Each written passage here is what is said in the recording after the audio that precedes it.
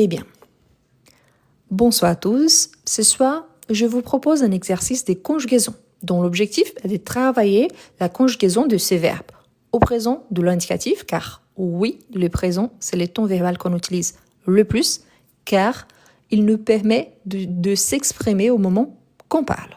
Et ensuite, on va faire un exercice en utilisant ce verbe-là. D'accord?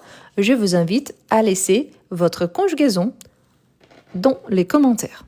On commence en utilisant le verbe comprendre. Comprendre, c'est un verbe dérivé du verbe prendre. Donc attention, car il s'agit d'un verbe irrégulier. Tout d'abord, on a je et la conjugaison, on a comprend. Ici, attention, car une faute assez récurrente, les gens s'arrêtent là. Non, il faut ajouter un S à la fin. Je comprends. On ne prononce ni le D ni le S à la fin, mais il faut les écrire. D'accord? Donc, je comprends. Une fois qu'il s'agit d'un verbe irrégulier, la plupart des temps, mais pas toujours, je et tu sont identiques. C'est-à-dire que je comprends, tu comprends. Et là, on va écrire exactement la même chose. Donc, tu comprends. Même parce que le S, c'est la marque de tu. Et dans ce cas-là, je et tu, on a le S à la fin. Ensuite, on a il, l'équivalent à il, elle, on. Et on a comprend. Vous avez remarqué qu'on a la même prononciation. Comprend, comprend, comprend. Mais là, on écrit et il n'y a plus le S à la fin. On va finir en D. Donc, il comprend. Nous, donc, nous comprenons. Nous comprenons. Et attention, car ici, comprenons, on a seulement un N. D'accord? Pas un double N. Nous comprenons. Vous comprenez. Donc, vous comprenez. Donc, ici, juste un N et la terminaison EZ. Ensuite, on a il, elle. Ici, attention, car on a ils comprennent. Ici, oui, on a un double N avant la terminaison ENT. Donc, je comprends, tu comprends, il comprend, nous comprenons, vous comprenez, ils comprennent. Si vous souhaitez la forme négative, il faut juste ajouter ne avant comprend et pas après le verbe conjugué. Donc, je ne comprends pas, tu ne comprends pas, il ne comprend pas. Nous ne comprenons pas, vous ne comprenez pas, ils ne comprennent pas. D'accord? Ce que je vous invite à faire, je vous invite à créer des phrases, surtout des phrases au quotidien, en utilisant ce verbe. Par exemple, je comprends très bien le français. Tu comprends rapidement les règles du jeu. Il comprend toujours ce que les autres expliquent. Elle comprend bien le français oral. On comprend facilement cette chanson. Nous comprenons ce qui se passe ici. Vous comprenez mieux avec des exemples. Ils comprennent la situation. Elles comprennent pourquoi elle est triste. Tout le monde comprend la consigne.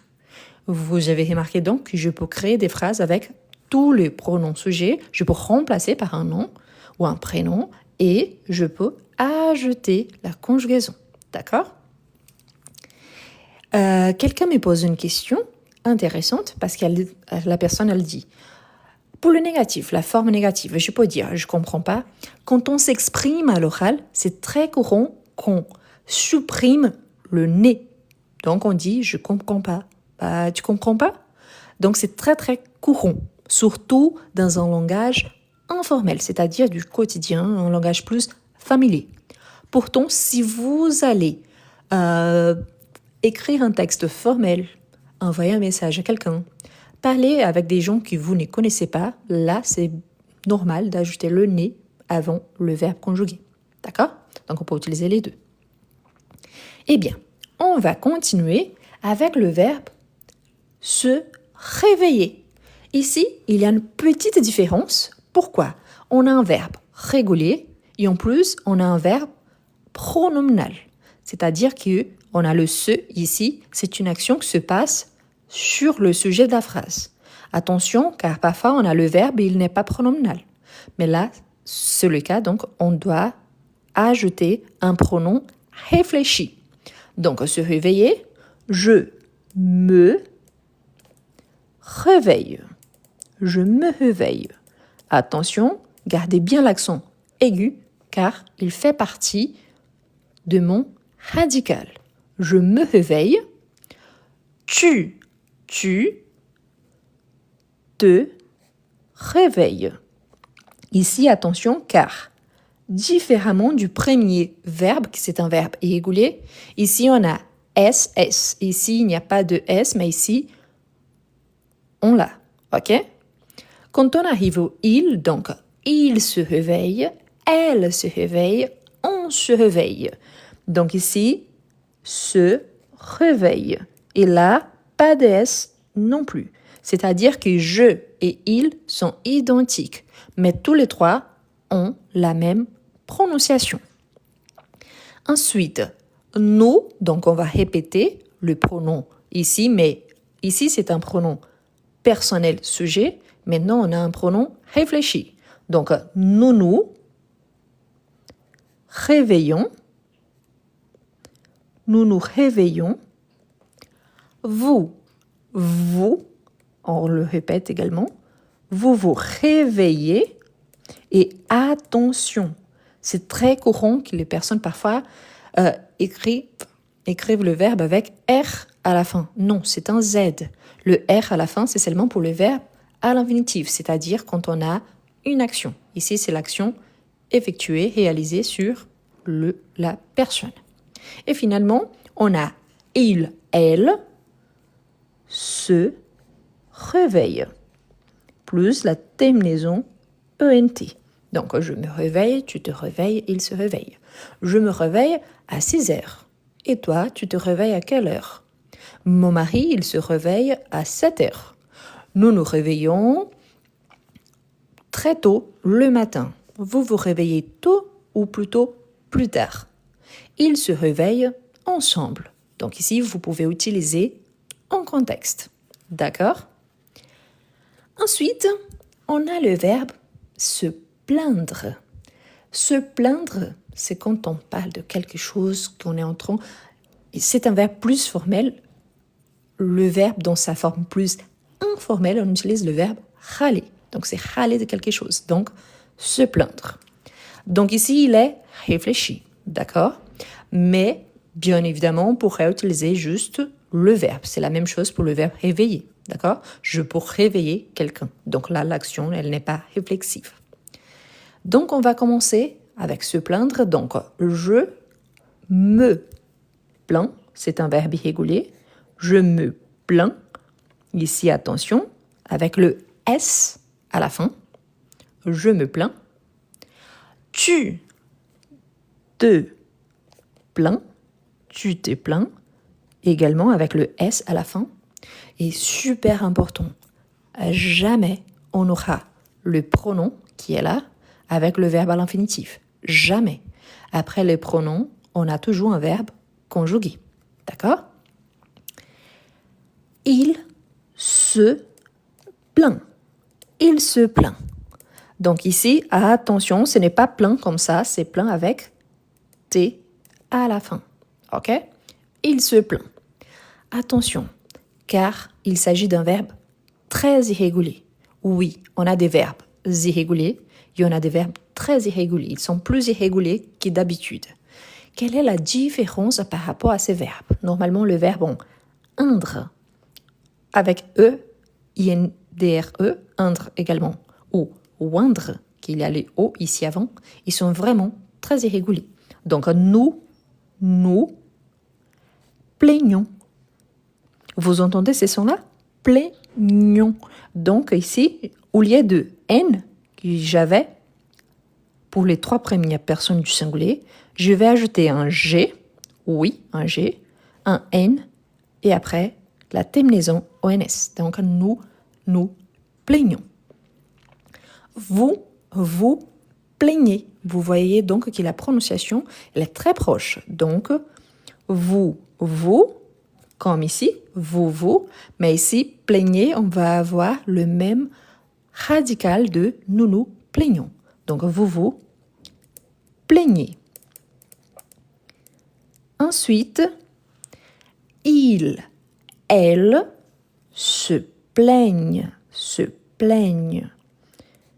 Donc ici, on a des actions réflexives. Pourquoi? Parce que le verbe, il est pronominal.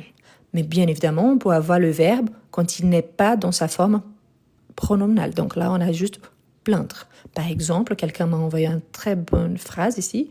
Par exemple, il aime se plaindre de tout. Donc, il râle de tout. Donc, il aime râler. Donc là, c'est une bonne phrase pour utiliser le verbe à l'infinitif.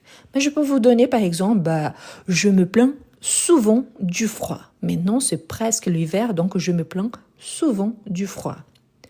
Tu te plains toujours du bruit. Parfois ça arrive, non? Il se plaint de son travail. Elle se plaint du manque de sommeil. On se plaint rarement à la maison. Nous nous plaignons de la circulation, surtout quand on rentre. Vous vous plaignez trop du temps. Il se plaignent de prix élevés. Elle se plaignent de la fatigue. Les voisins se plaignent souvent du chien. Donc vous voyez qu'on peut utiliser ces verbes en contexte. C'est ça l'objectif. Ensuite, on a le verbe rempli.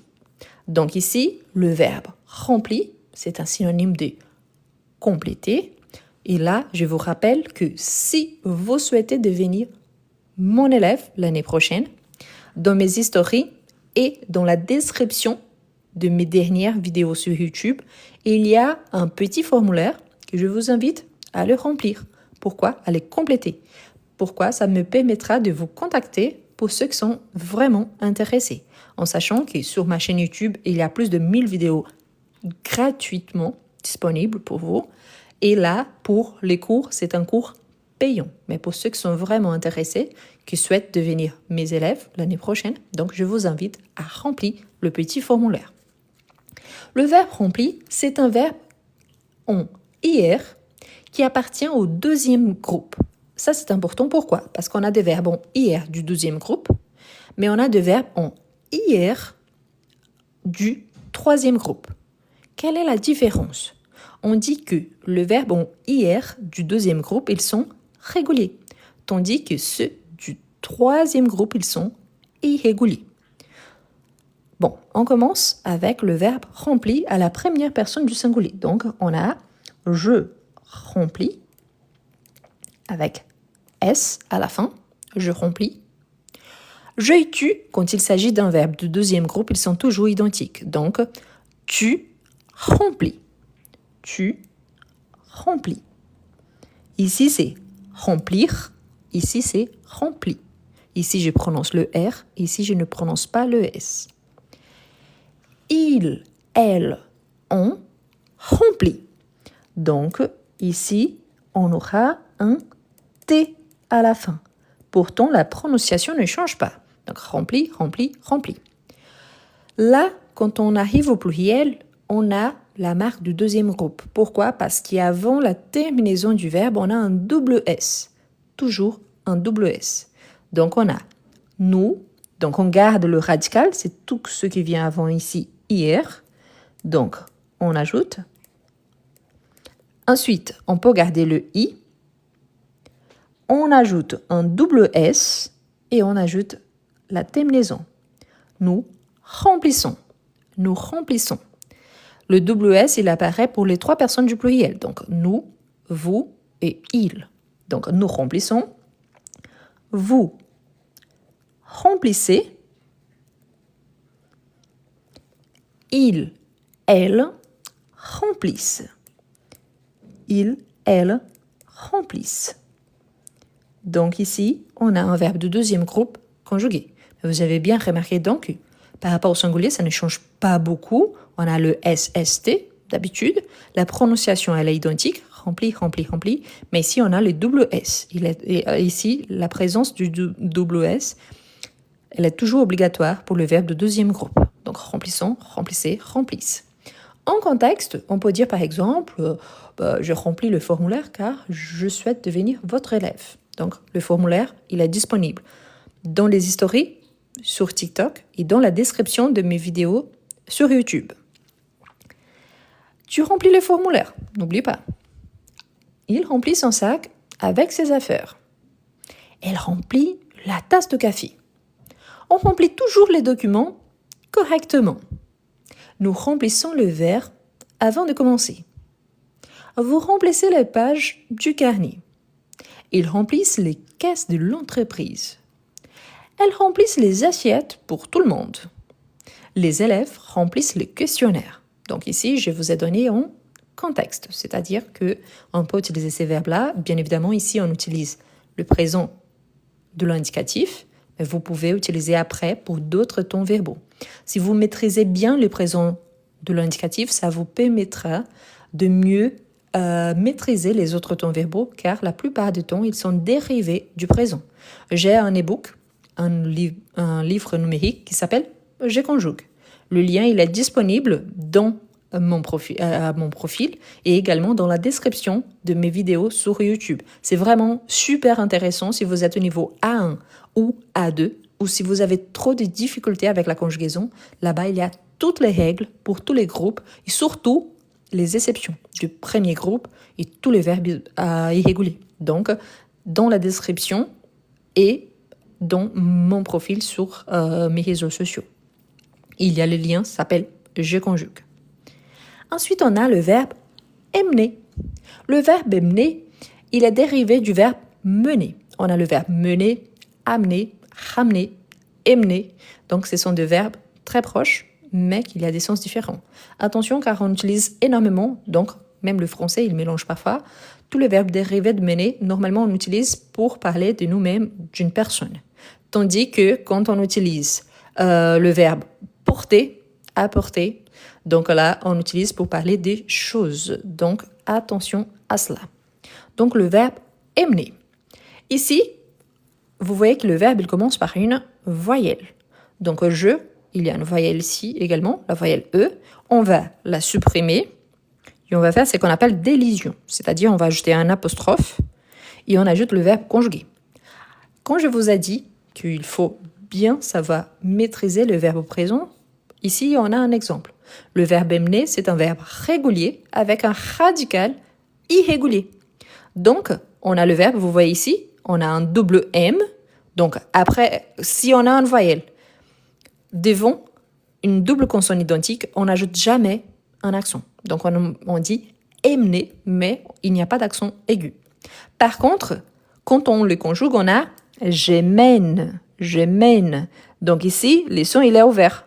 Pour avoir les sons ouverts, on peut soit doubler une consonne, soit ajouter un accent grave. Dans ces cas-ci, on va ajouter un accent grave. Donc, j'emmène. Si j'ai ajouté un accent grave pour la première personne du singulier, là, à partir de là, tu, il et il au pluriel auront la même prononciation. C'est-à-dire que cet accent grave, il va se répéter. Donc, tu emmènes, et attention, parce qu'ici, il y a le S. Attention, quand on s'exprime à l'oral, parfois, on fait l'élision. On dit t'emmène, t'emmène. Mais quand on écrit, on ne fait pas d'élision. L'élision, on fait avec la voyelle E et très rarement avec le A du la, l'article là, ou alors si de s'il. Par exemple, s'il te plaît, s'ils veulent. Mais sinon, on ne fait pas d'élision. D'accord? Ensuite, on a il. Donc, il, je vous confirme que la prononciation, elle est identique.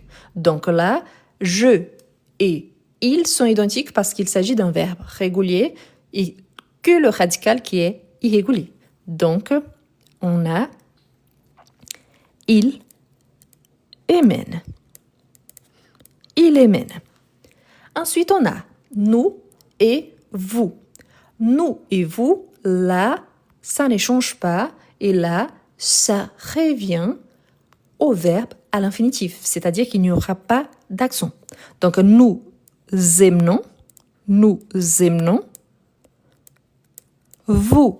aimez, vous aimez. Donc, vous voyez qu'ici, le son, il est ouvert. Amen, mais ici, le son, il est fermé. Aimons, aimez. Et il, elle, on a les sons ouverts à nouveau. Donc là, on aura à nouveau l'accent grave. Donc, ils aiment. Plus la terminaison ENT. Donc, vous avez remarqué que la terminaison, elle est identique. Par contre, le radical, il est différent. D'accord? Donc là, on a par exemple, tu emmènes mon fils à l'école. Tu emmènes ton ami au cinéma. Il emmène sa sœur au parc. Elle emmène ses enfants chez le médecin. On emmène toujours le chien en promenade. Nous emmenons nos collègues au restaurant. Vous emmenez vos parents au musée. Ils emmènent leurs cousins à la fête. Mais quelle est la différence, par exemple, entre mener, amener, emmener? Parce qu'emmener, normalement, imaginons une situation.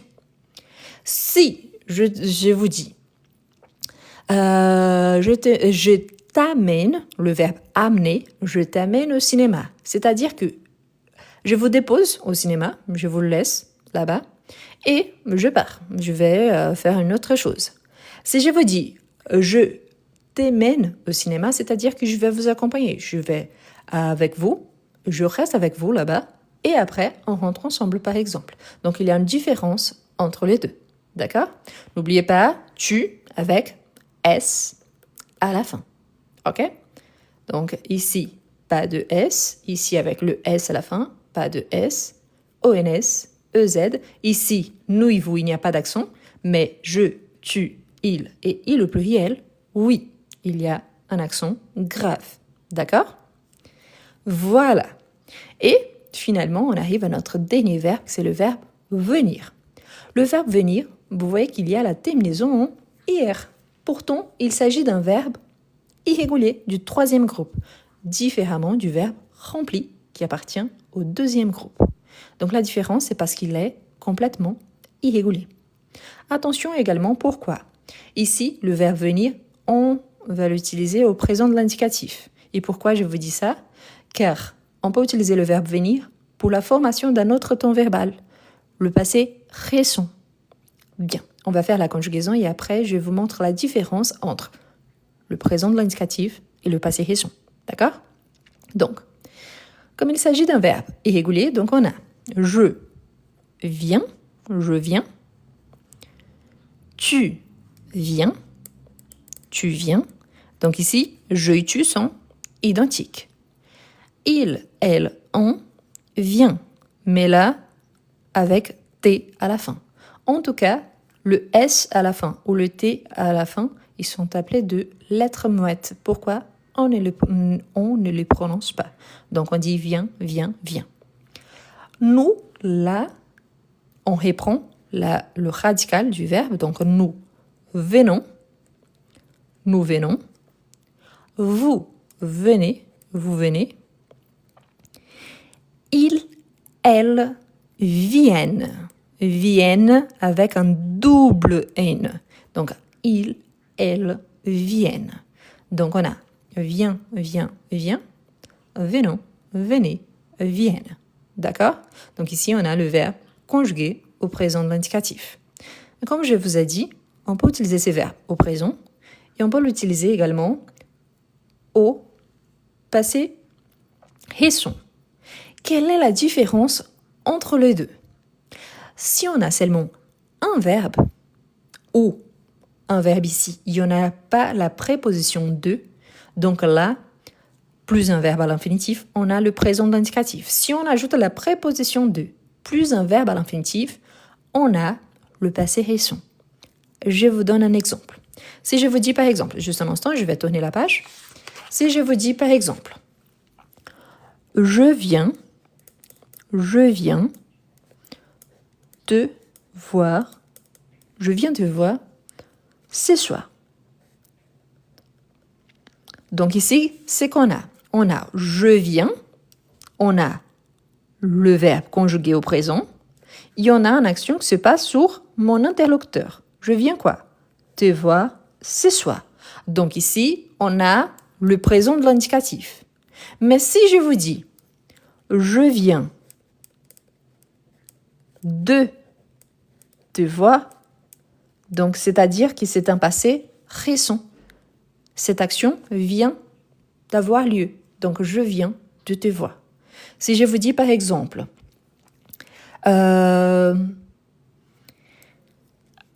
il vient de la gare.